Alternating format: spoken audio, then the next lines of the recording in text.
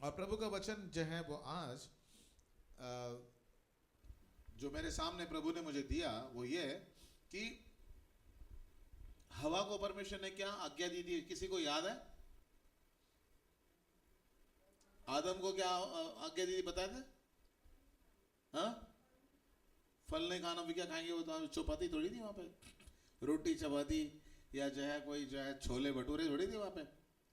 Sister Tina कह रही कि फल नहीं खाना, फल खाने के लिए मना किया था ना। अच्छा, दो प्रकार के फल थे, आप बाइबल पढ़ते हो क्या? अच्छा, very good.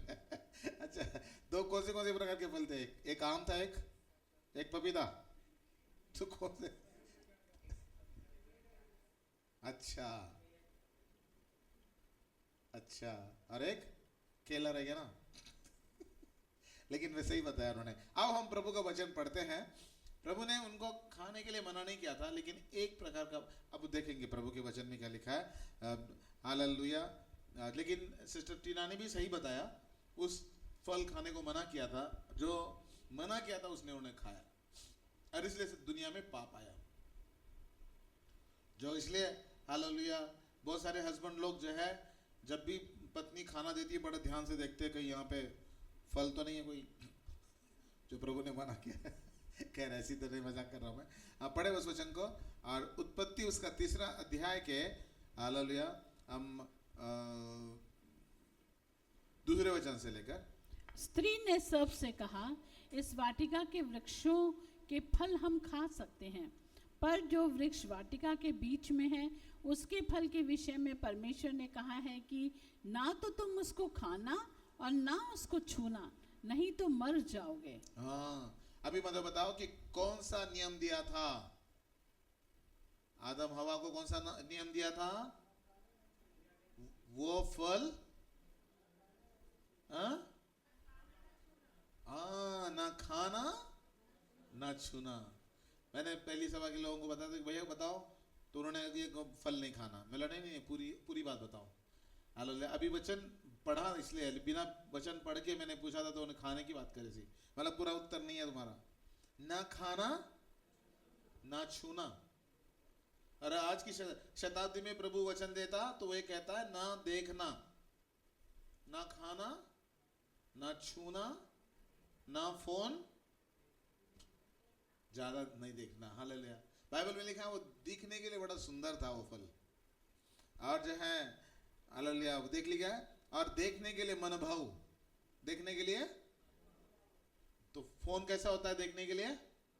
YouTube, Instagram, Facebook, WhatsApp, सारे उत्तर सही दे रहे हैं आप लोग। लेकिन ये मन भाव क्या कर देता है?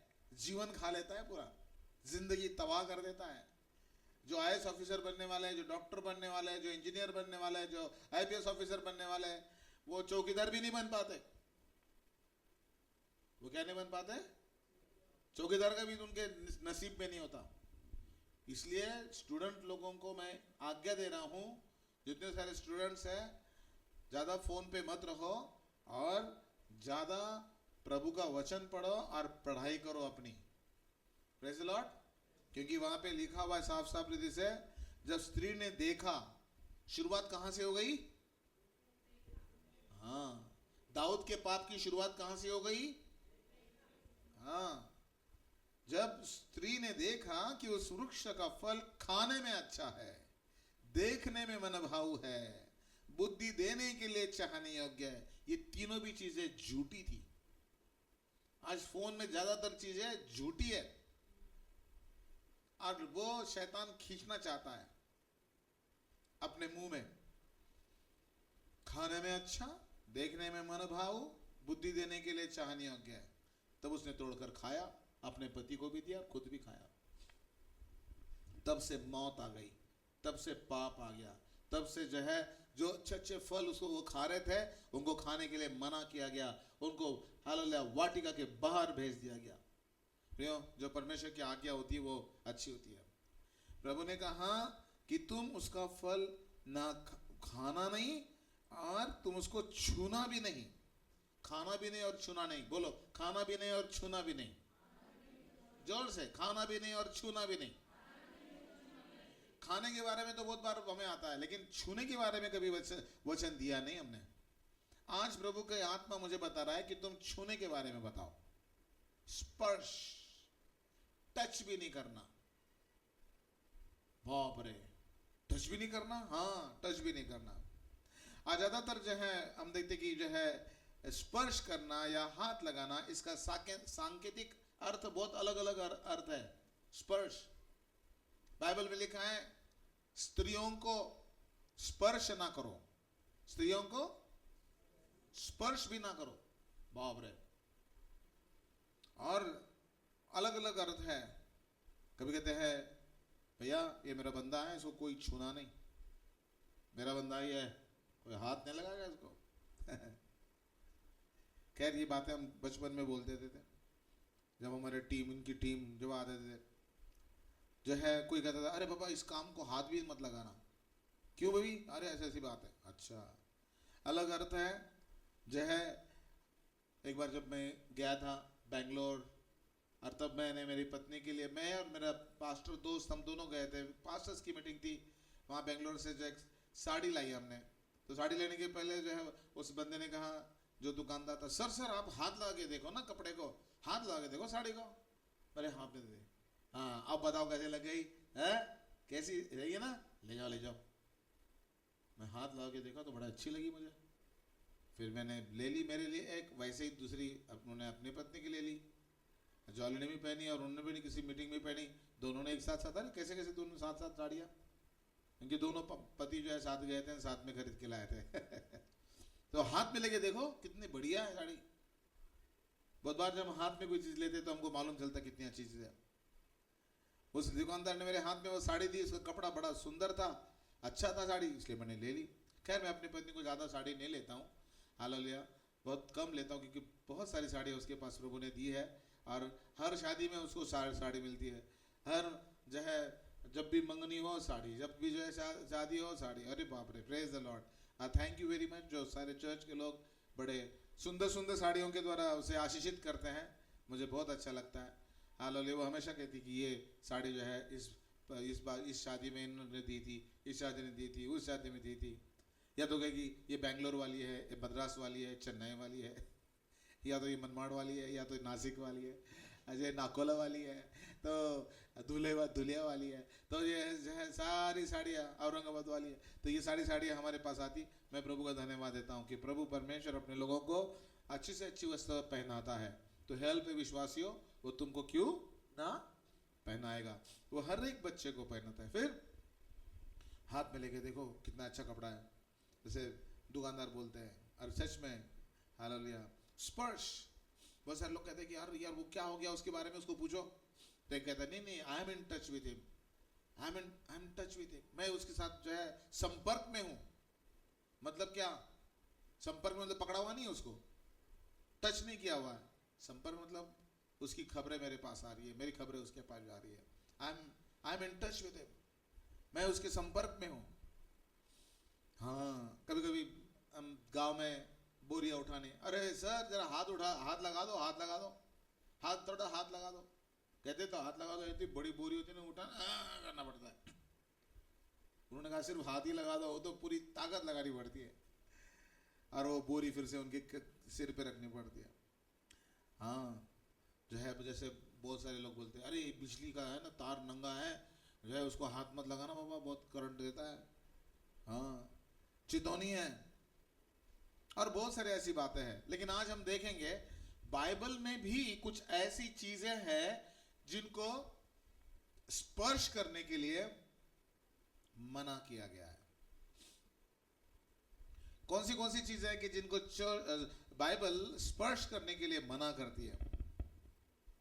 खाने के लिए मना किया था और छूने के लिए भी मना किया था। और नए नियम में और पुराने नियम में कुछ ऐसी बातें देखेंगे कि जिनमें परमेश्वर ने उनको कहा था कि इसको छूना नहीं, छूओगे तो फिर उसका अंजाम बड़ा बुरा होगा, ऐसे प्रभु ने कहा था। और कौन सी ऐसी चीजें थी? हालेलुया। तो पहली बात जो है फल को स्पर्श भी ना करना बताया था प्रभु ने। दूसरी बात, दूसरे की पत्नी को हाथ ना लगाना। दूसरे की पत्नी को, बहुत धीरे धीरे बोल रहे जैसे आप हाथ लगा रहे हो, अरे ऐसे बोलो जैसे आप नहीं लगा रहे हो। दूसरे की पत्नी को हाँ स्पर्श भी ना करना, बाइबल में लिखा है स्पर्श ना करना दूसरों की औरतों को, ऐसे बताया बाइबल प्रभु ने। और एक बार एक बड़े राजा ने अब्राहम की पत्नी को अपने पास ले लिया, सारा को, और सारा को लेके उसको अपनी पत्नी बनाने के लिए सोचा। और उस राजा के ऊपर इतनी महामारी आ गई, इतनी बड़ी विपत्ति आ गई कि वो राजा और उसकी सारी प्रजा के ऊपर मतलब कहर आ गया। फिर प्रभु ने ही स्वप्न में उसको बता दिया कि जिस व्यक्ति की तूने पत्नी अपने पास रखी है वो एक बहुत बड़ा नबी है, मेरा चुनावा दास है, उसकी पत्नी उसको फिर से फेर दे।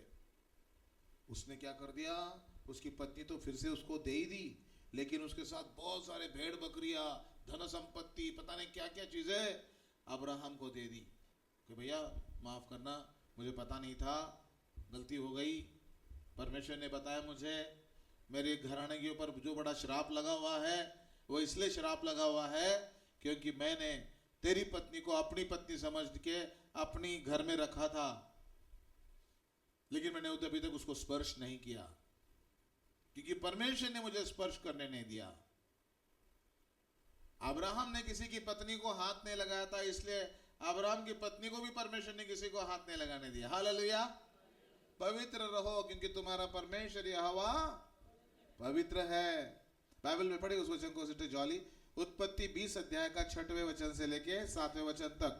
परमेश्वर ने उससे स्वप्न में कहा, हाँ मैं भी जानता हूँ कि अपने मन की खराई से तूने ये काम किया है, और मैंने तुझे रोक भी रखा कि तू मेरे विरुद्ध पाप ना करे, इसी कारण मैंने तुझको उसे छूने नहीं दिया। सो अब उस पुरुष की पत्नी को उसे फेर दे, क्योंकि वो नबी है और तेरे लिए प्रार्थना करेगा और तू जीता रहेगा। पर यदि तू उसको ना फेर दे तो जान रख कि तू और तेरे जितने लोग हैं सब निश्चय मर जाएंगे। अरे बाप रे, मौत का फरमान परमेश्वर ने उसको बोल दिया। अगर तू व्यभिचार करना बंद नहीं करेगा या व्यभिचार करने की कोशिश करेगा, उसने तो हाथ भी नहीं लगाया था, लेकिन प्रभु कहेगा मर जाएगा तो मर जाएगा। किसी की पत्नी को हाथ मत लगा। आजकल ये व्यभिचार कितना ज्यादा बढ़ गया है। आजकल जो है व्यभिचार के बारे में जवान जवान बच्चे गलत गलत काम कर रहे हैं। वो जवान बच्चे इसलिए गलत काम कर रहे हैं क्योंकि माँ बाप कर रहे हैं, माँ बाप कर रहे हैं इसलिए जवान बच्चे भी कर रहे हैं। और सदोम और अमोरा के हाल हो गए हैं। परमेश्वर का भय किसी के जीवन में नहीं है, और इसलिए जो है परमेश्वर, लेकिन प्रभु अनुग्रह का समय दे रहा है। चलो ठीक है, बदल जाएगा ये, चलो पश्चाताप कर लेगा ये, चलो माफी मांग लेगा ये, ऐसा प्रभु कहता है उनके लिए, और शांत बैठा हुआ है प्रभु। लेकिन ये मत रखना समझना कि तेरे पाप माफ हो गए। प्रभु कभी भी मार सकता है, प्रभु कभी भी मार सकता है, प्रभु कुछ भी कर सकता है। ये तो प्रभु के हाथ में, वो क्या करेगा नहीं करेगा। लेकिन यहाँ पे प्रभु ने कहा तू और तेरे सारे लोग, राजा और प्रजा मर जाएंगे, मैं मारने वाला हूं। वहां पे वो महामारी भेजी थी प्रभु ने, वहां पे अगर आप पढ़ेंगे ना, महामारी भेजी थी उनके खानदान में, राजा के खानदान में।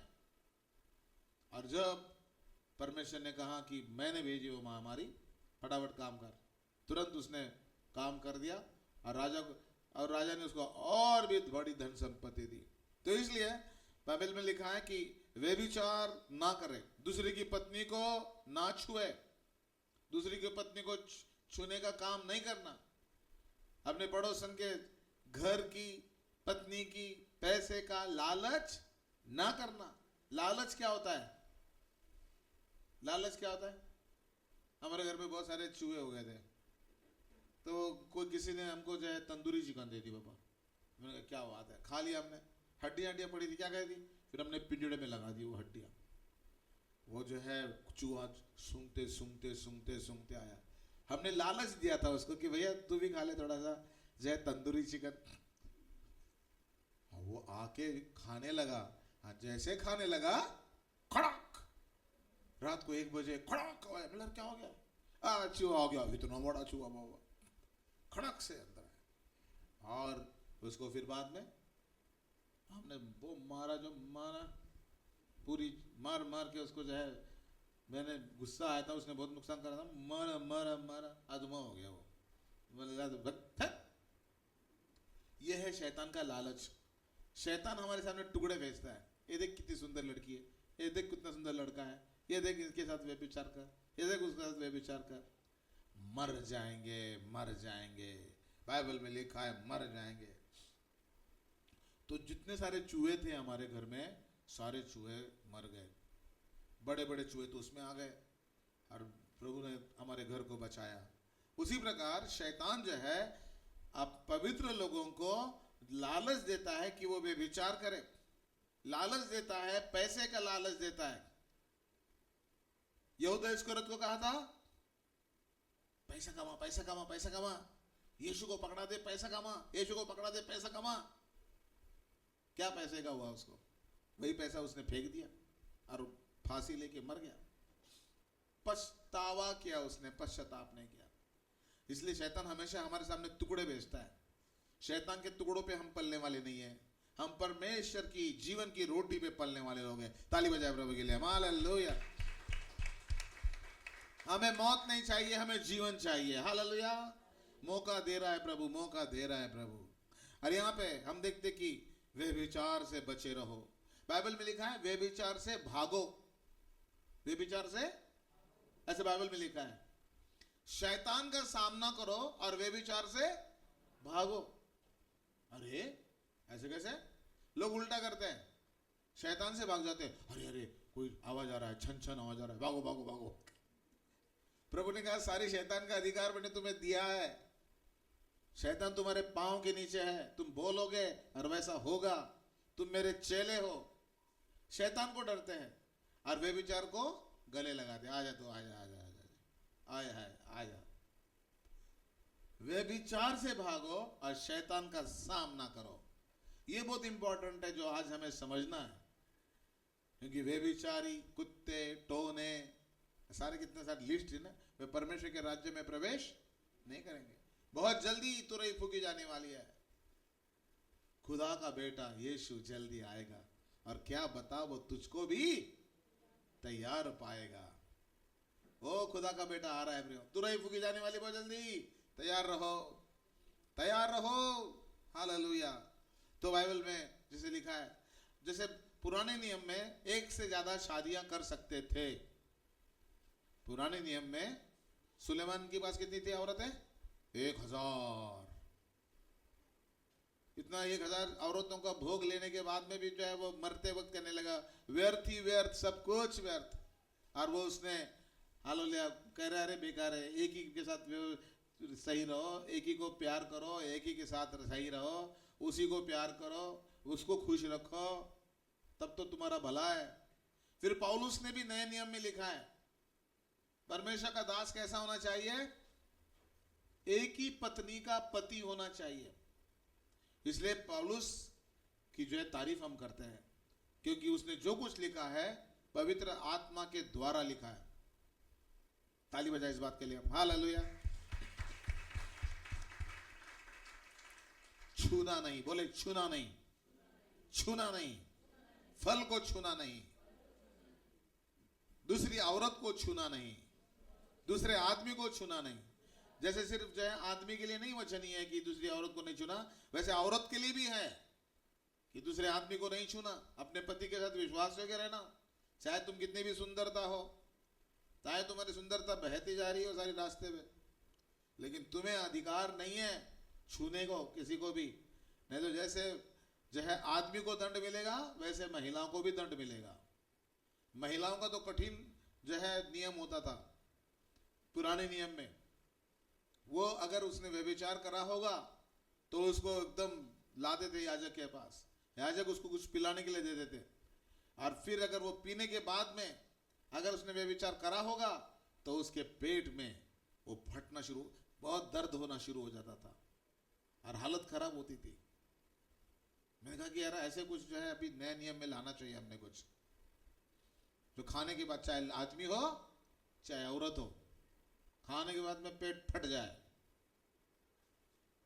और फिर बाद में पश्चाताप करके कम से कम स्वर्ग में तो जाए।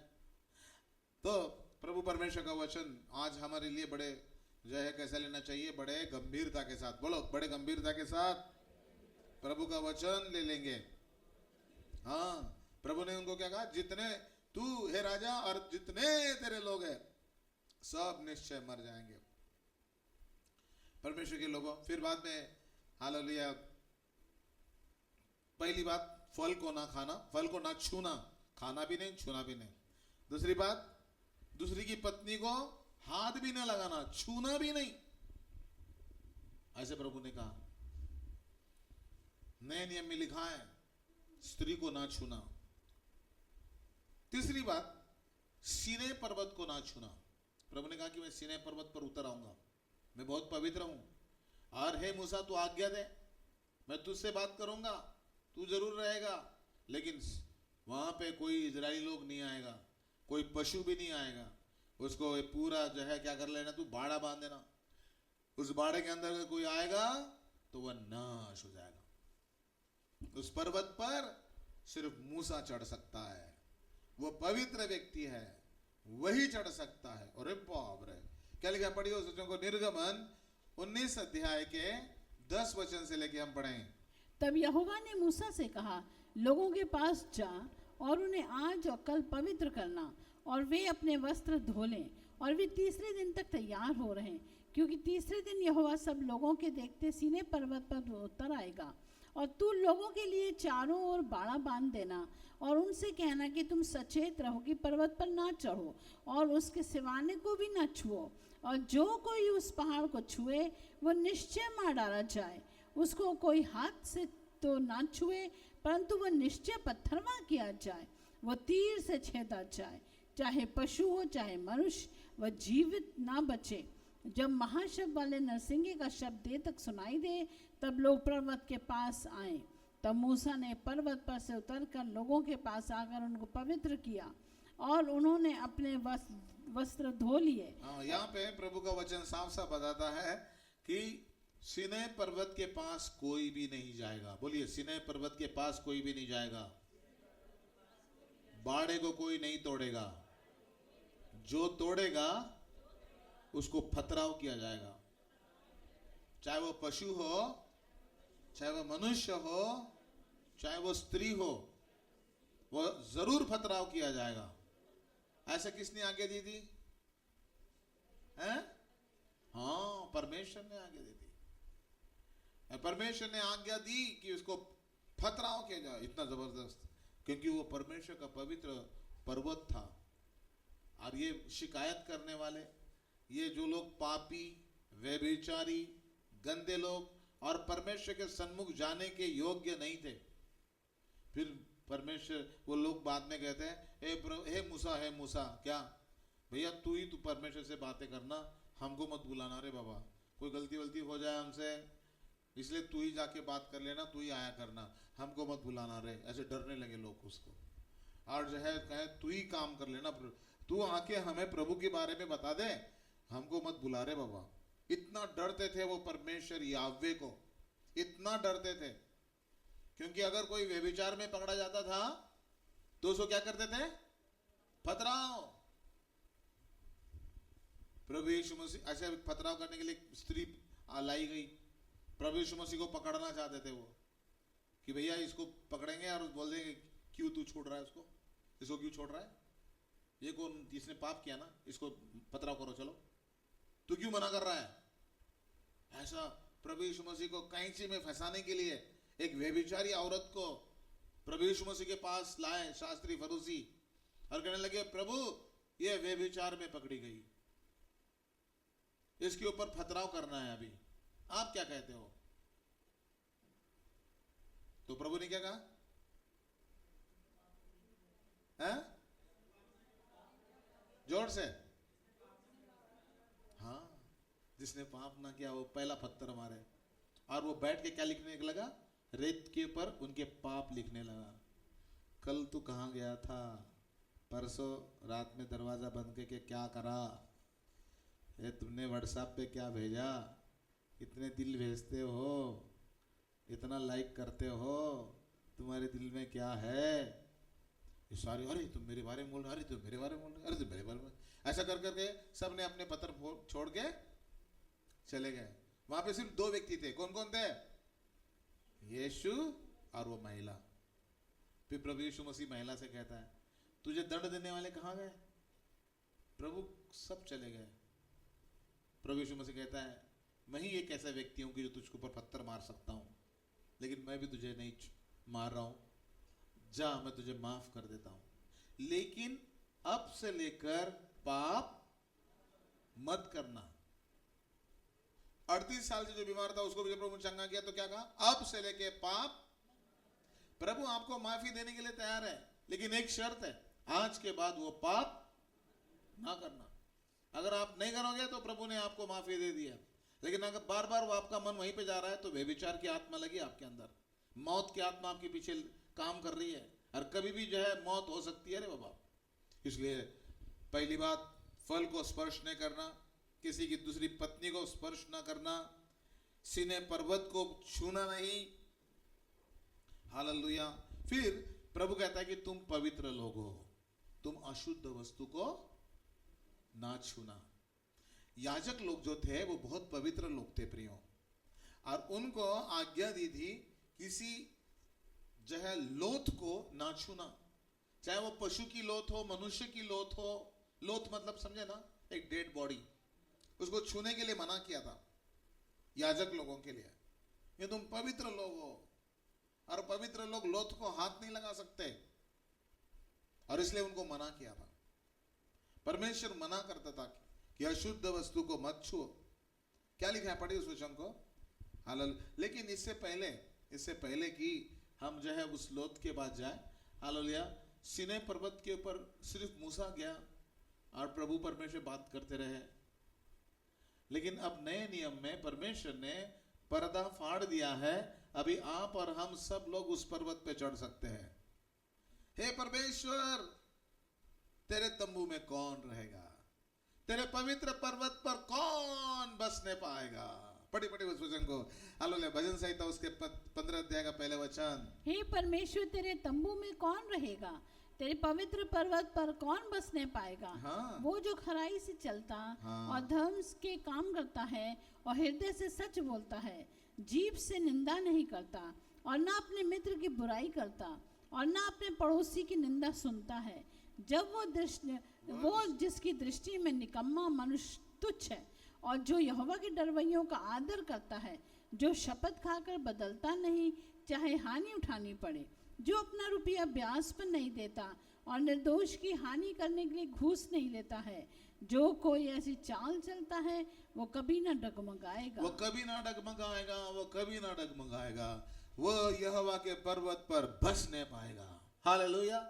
वैसे देखा जाए तो उनमें से एक भी चीज हम नहीं कर रहे थे, सब पाप किए हुए हमने, लेकिन प्रभु यीशु मसीह का लहू हमें अपने सारे पापों से शुद्ध करता है। अब हम परमेश्वर के पवित्र स्थान पे हालेलुया बसने के लायक बन चुके हैं।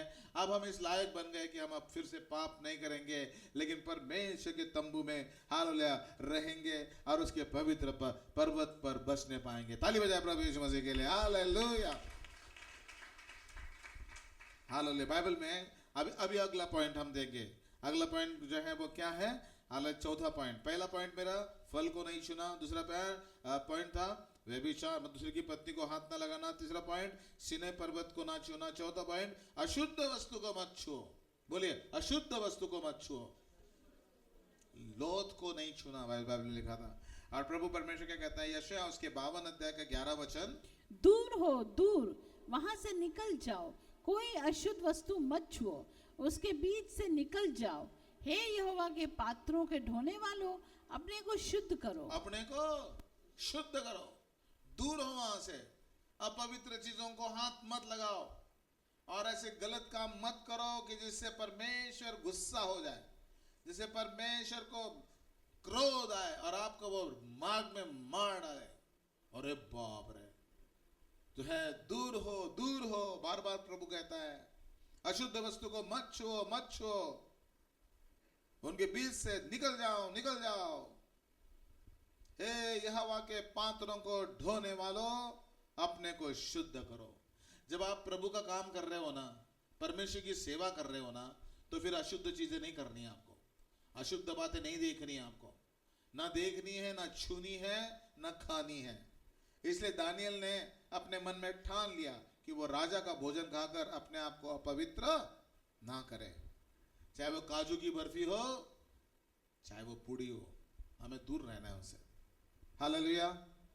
फिर अशुद्ध वस्तु को मत छुओ, अशुद्ध वस्तु के संपर्क में मत आओ। आजकल बहुत सारे लोग जो है अशुद्ध लोगों के संपर्क में आते हैं और कहते क्या आंखें हैं उसकी, क्या बाल है उसके, क्या कान है उसके, जब वो हंसती है या जब वो हंसता है ऐसा लगता है कि वाह क्या बात है, और उसके चक्कर में गिर जाते हैं और उसके चक्कर में वो अविश्वासियों के साथ संबंध बना लेते हैं, अविश्वासियों के साथ जो है अपना संपर्क कर लेते हैं। ऐसे बहुत सारे लोग जो है आजकल बड़े स्कैम्स निकले हुए, तो वो स्कैम्स में जो है वो पकड़ते हैं, लाओ फिर अब तुम 10,000 रुपए, लाओ तुम 5,000 रुपए, लाओ तुम 20,000 रुपए, अरे बाप रे। तो इसलिए स्कैम में मत फंसना। और प्रभु का वचन पहले से हमें हालेलुया क्या देता है, चेतावनी देता है। क्या कहता है? 2 कुरिन्थियों 6वां अध्याय और उसके 14 वचन से लेकर, अविश्वासियों के साथ असमान जुए में ना जुतो, क्योंकि धार्मिकता और धर्म का क्या मेलजोल, या ज्योति और अंधकार की क्या संगति, और मसीह का बलियाल के साथ क्या लगाव, या विश्वासी के साथ अविश्वासी का क्या नाता, और मूर्तों के साथ परमेश्वर के मंदिर का क्या संबंध, क्योंकि हम तो जीवते परमेश्वर का मंदिर हैं।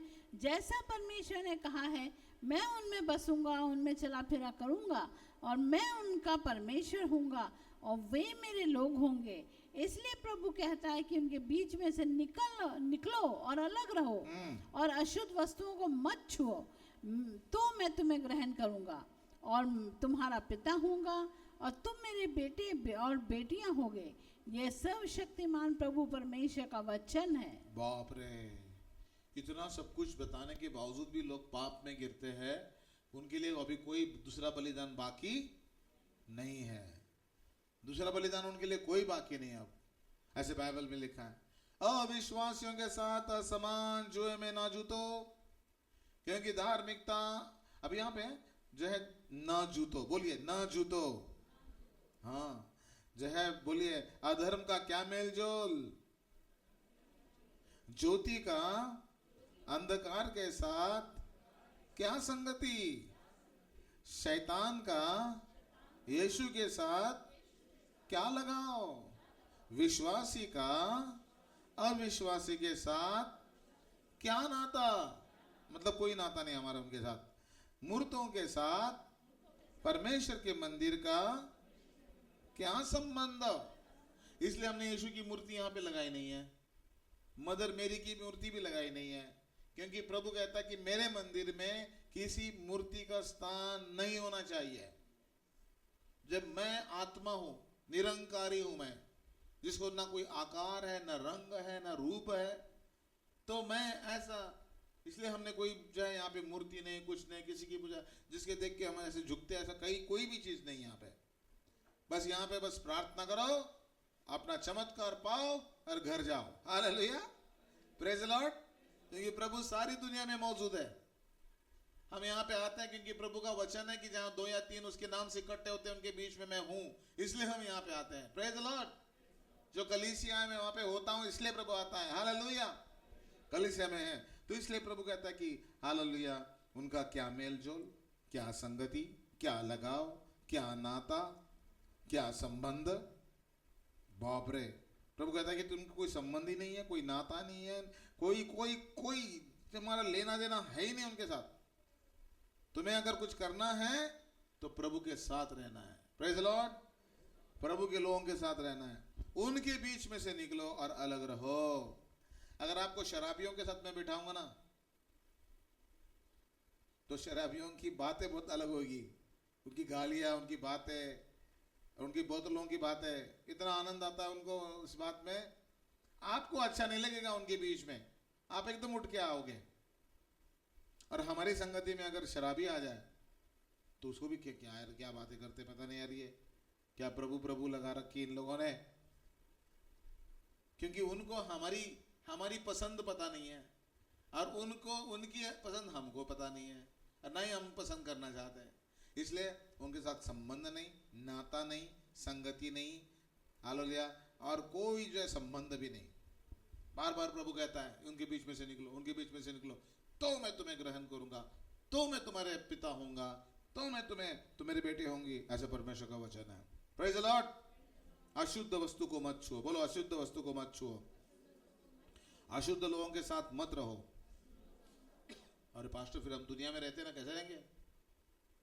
दुनिया में रहते हैं, अशुद्ध लोग भी मिलते हैं, कोई बात नहीं, लेकिन अशुद्ध लोगों को मिलने के बाद में आप अशुद्ध ना हो, इसलिए हर सुबह शाम बाइबल पढ़ के, प्रार्थना करके प्रभु की संगति करो, ताकि आप पवित्र रह सको। बहुत सारे लोग जो है शैतान के लालच और टुकड़ों के सामने खड़े नहीं रह सकते, क्योंकि जो है वे प्रभु की संगति में नहीं रहते, क्योंकि वे बाइबल नहीं पढ़ते, क्योंकि बहुत जल्दी निराश हो जाते हैं और परेशानी में जाते हैं। प्रियो, आज आओ हम प्रभु की संगति में रहें। प्रभु अपनी संगति में बुलाता है। Praise the Lord, hallelujah. तो अगला मेरा पॉइंट ये है, पहले क्या लिखा? अशुद्ध वस्तु को मत छुओ, अशुद्ध लोगों को मत छुओ। अब प्रभु कहता है पवित्र वस्तु को मत छुओ। अरे पवित्र वस्तु को मत छुओ? हाँ, पवित्र वस्तु को छुए तो क्या छुए पास्टर, ऐसे आप कहोगे, लेकिन प्रभु का वचन क्या बताता है? देखो, पवित्र वस्तु को मत छुओ, क्या लिखा है? गिनती उसके 4 अध्याय और 15 वचन। और जब हारून और उसके पुत्र छावनी के कूच के समय पवित्र स्थान और उसके सारे सामान को ढांप चुके, तब उसके बाद कहाती उसके उठाने के लिए आए, पर किसी पवित्र वस्तु को ना छुएं, कहीं ऐसा ना हो कि मर जाएं। कहातियों के उठाने के लिए मिलाप वाले तंबू की ये ही वस्तुएं हैं। यहाँ पे प्रभु परमेश्वर बताता है कि भाई सामान को जब जो है तुम जो है लोगों को जो है करने के लिए, तो पवित्र वस्तु को ना छुए। बोलिए पवित्र वस्तु को ना छुए, कहीं ऐसा ना हो कि वो मर जाए। वाचा का संदूक के बारे में पता है ना? वाचा के संदूक जो है बैलगाड़ी में जा रहा था, और उतने में उनके पीछे बहुत सारे लोग जा रहे थे, नाच रहे थे, गा रहे थे, सब कुछ कर रहे थे, लेकिन उन वाचा के संदूक को उठाने के लिए सारे सर्वसाधारण जो है इजरायली नहीं थे, विशेष लोग थे, और उनको बताया गया था कि आप ही हाथ लगाना, अगर दूसरा कोई हाथ लगाएगा तो परमेश्वर का क्रोध उसके ऊपर आएगा। और ऐसा हुआ कि वाचा का संदूक जो है जब जा रहा था तो बैलगाड़ी से गिरने वाला था, और जैसे वो गिरने वाला था वहां पे एक आदमी आता है और उसको उठा के रखने की कोशिश करता है, और जैसे ही वो रखने की कोशिश करता है परमेश्वर की आग प्रकट होती है, और उसको वहीं वो मर जाता है, है। सब लोग डरते, बाबा क्या रे बाबा, क्या रे बाबा, कैसे होगा रे बाबा, कैसे मर गया ये बंदा? इसने वाचा के संदूक को हाथ लगाया, जिसको छूने के लिए प्रभु ने मना किया था। उसका अधिकार नहीं था कि वाचा का संदूक को हाथ लगाए। बहुत बार जो कलीसिया में जो आपका अधिकार नहीं है उन चीजों को हाथ लगाने के लिए, मत लगाओ हाथ। आप क्या के लिए आते हैं यहाँ पे? क्या के लिए आते हैं? पॉलिटिक्स खेलने के लिए, आराधना के लिए, प्रार्थना के लिए। वो काम करो और घर जाओ। यहाँ पे पॉलिटिक्स खेलना मना है, पॉलिटिक्स खेलना मना है। इसकी बुराई उसको, उसकी बुराई इसको, इसकी बुराई उसको, उसकी बुराई इसको। क्या मिलता है? पॉलिटिक्स खेलना बंद करो। हालेलुया। मैं भी जब किसी के पास जाता हूं, किससे बात करता हूं, तो मैं जो है मर्यादित रहता हूं उसी व्यक्ति के बारे में बोलने के लिए। चर्च के दूसरे व्यक्ति के बारे में मैं दूसरे व्यक्ति को कभी नहीं बोलता। क्यों बोलना है मुझको? मैं बोलता नहीं। हाँ, उदाहरण देना हो, बढ़ाई करनी हो तो मैं जरूर बोलता हूं कि इसने कितनी अच्छी बात है कि इतना प्रार्थना करी। जैसे मैं बोलता हूं कि रूथ जो है कल आई थी, यहाँ पे सारा झाड़ू पोछा लगा के, कुर्सी लगा के प्रभु की सेवा का वचन मैंने प्रचार किया था, तो उसका गहरा असर उसके ऊपर हुआ। मैंने कहा बहुत अच्छी बात है। चर्च के भाई दूसरी सभा में भी दूसरे लोग आ गए, उन्होंने भी कैमरामैन बन गए वो, और वो काम करना लगे, और प्रभु परमेश्वर ने उनको सहायता की ताकि वे और प्रभु की सेवा करना शुरू कर दिए।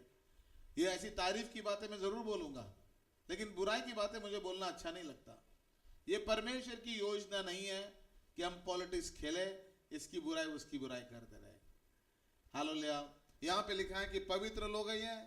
हालेलुया। हो सकता है इस बहन को प्रभु ने पवित्र कर दिया और मैं उसकी वही बुराई बोलता रहूंगा, तो प्रभु किसको दोषी ठहराएगा?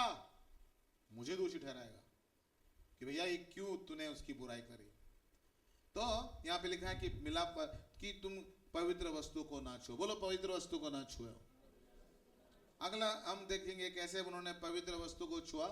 एक जो है बेलशस्सर राजा था और उसने परमेश्वर के भवन के पात्र को लेके उसमें शराब पीना शुरू कर दिया और वहां पे फिर दंड आ गया। भैया प्रभु छोड़ता नहीं किसी को।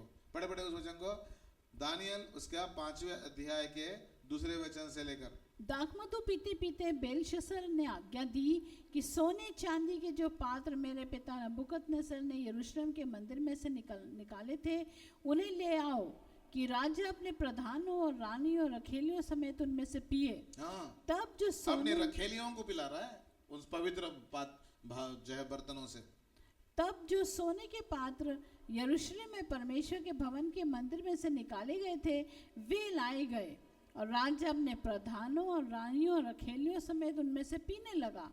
वे दाखमधु पी पी कर सोने, चांदी, पीतल, लोहे, काठ और पत्थर के देवताओं की स्तुति कर ही रहे थे कि उसी घड़ी मनुष्य के हाथ की सी कई उंगलियां निकलकर दीवट के सामने राजमंदिर की भीत के चूने पर कुछ लिखने लगी। और हाथ का जो भाग लिख रहा था वो राजा को दिखाई पड़ा।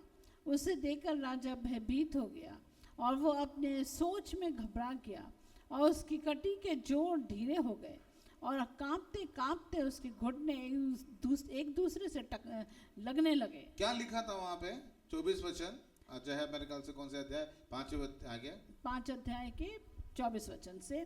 तभी ये हाथ का एक भाग उसी की ओर से प्रकट किया गया है और वे शब्द लिखे गए हैं, और जो शब्द लिखे गए हैं वे ये हैं, मने मने तकेल और उपरसीन। इस वाक्य का अर्थ ये है, मने अर्थात परमेश्वर ने तेरे राज के दिन गिनकर उनका अंत कर दिया है। तकेल तू मानो तराजू में तौला गया और हल्का पाया गया। और 28 वचन, परेस अर्थात तेरा राज बांटकर मादियों और फारसियों को दिया गया है। तब बेलशस्सर ने आज्ञा दी और दानियल को बैंजनी रंग का वस्त्र और उसके गले में सोने की कंठमाला पहनाई गई, और ढिंडोरियों ने उसके विषय में पुकारा कि राज में तीसरा दानियल ही प्रभुता करेगा। उसी रात कसदियों का राजा बेलशस्सर मार डाला गया, और दारा मादी जो कोई 62 वर्ष का था राजगद्दी पर विराजमान हुआ। यहाँ पे जो प्रोफेसी बताता है दानियल, उस प्रोफेसी के अनुसार ही हो गया। मने मने तकेल उपरसीन, मने मने तकेल और उपरसीन, मतलब हे राजा तू मानो तराजू में तौला गया और तू हल्का पाया गया। तूने परमेश्वर के भवन के पात्र में, वो ग्लास में शराब पी, अपने को, अपने रानियों को, रखेलियों को पिलाई। इसलिए प्रभु गुस्सा हो गया ना। सब रखेलियां रखते हैं और वो प्राणियां रखते हैं क्या? प्रभु ने नए नियम में एक ही नियम दिया, एक पति का एक ही पत्नी, एक ही पत्नी का एक ही पति। ताली बजाओ इस बात के लिए। हालेलुया। यस।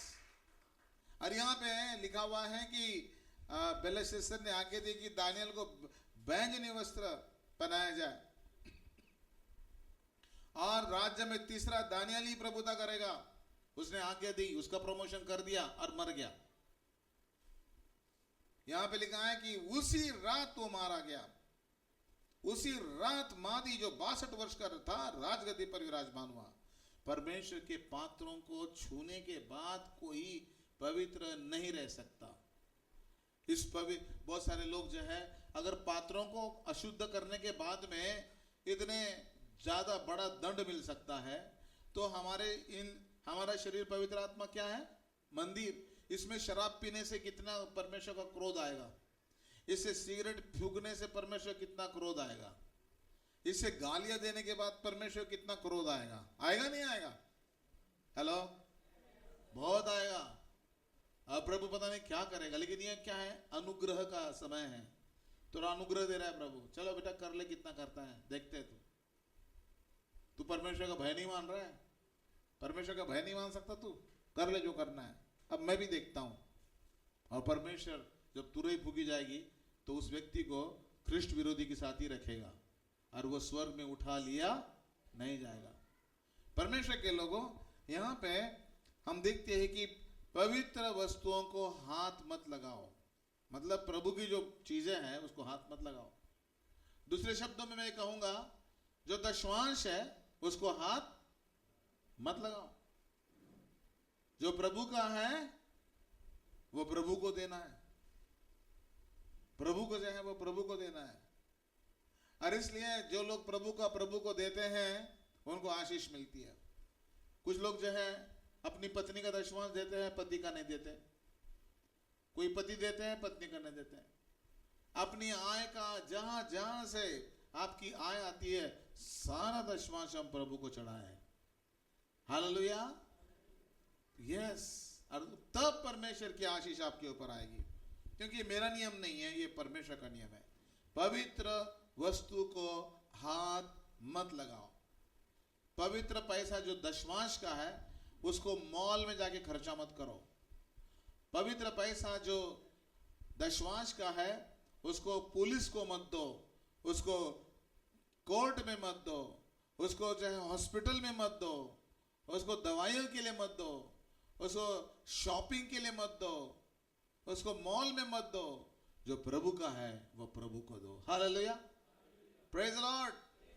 ये जब तक हम सीखेंगे नहीं तब तक गरीबी का श्राप हमारे ऊपर से उतरेगा नहीं। आप करके देखो, जितना आप बाइबल में लिखा है, ऐसे हैं जो छितरा देते हैं। दशवांश हम प्रभु के काम के लिए छितरा देते हैं। ऐसे जो छितरा देते हैं उनकी और बढ़ोतरी होती रहती है।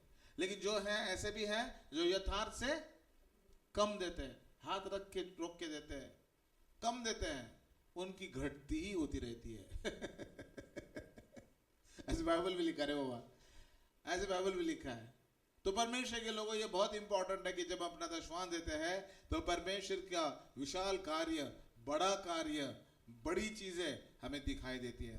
पवित्र वस्तुओं को हाथ मत लगाओ। डरो परमेश्वर से, कुछ डरो, कोई डर हमारे अंदर आना चाहिए, और तब परमेश्वर की आशीष आपके ऊपर आएगी। हालेलुया। फिर आखिरी बात बता के मैं बंद करूंगा। आप सो तो नहीं गए? जो सो गए जोर से बोलो हालेलुया। अरे मत सोना, मत सो। हालेलुया।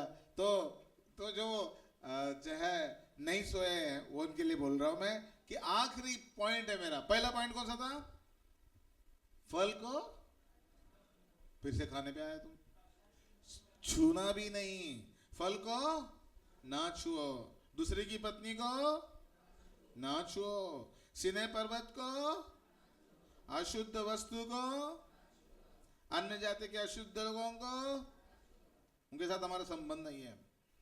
पवित्र वस्तुओं को, हाँ, पवित्र वस्तु मतलब दशवांश, हालेलुया, उसको ना छुओ। Praise the Lord. और आखिरी बात है, प्रभु कहता है कि मेरे नबियों को मत छुओ।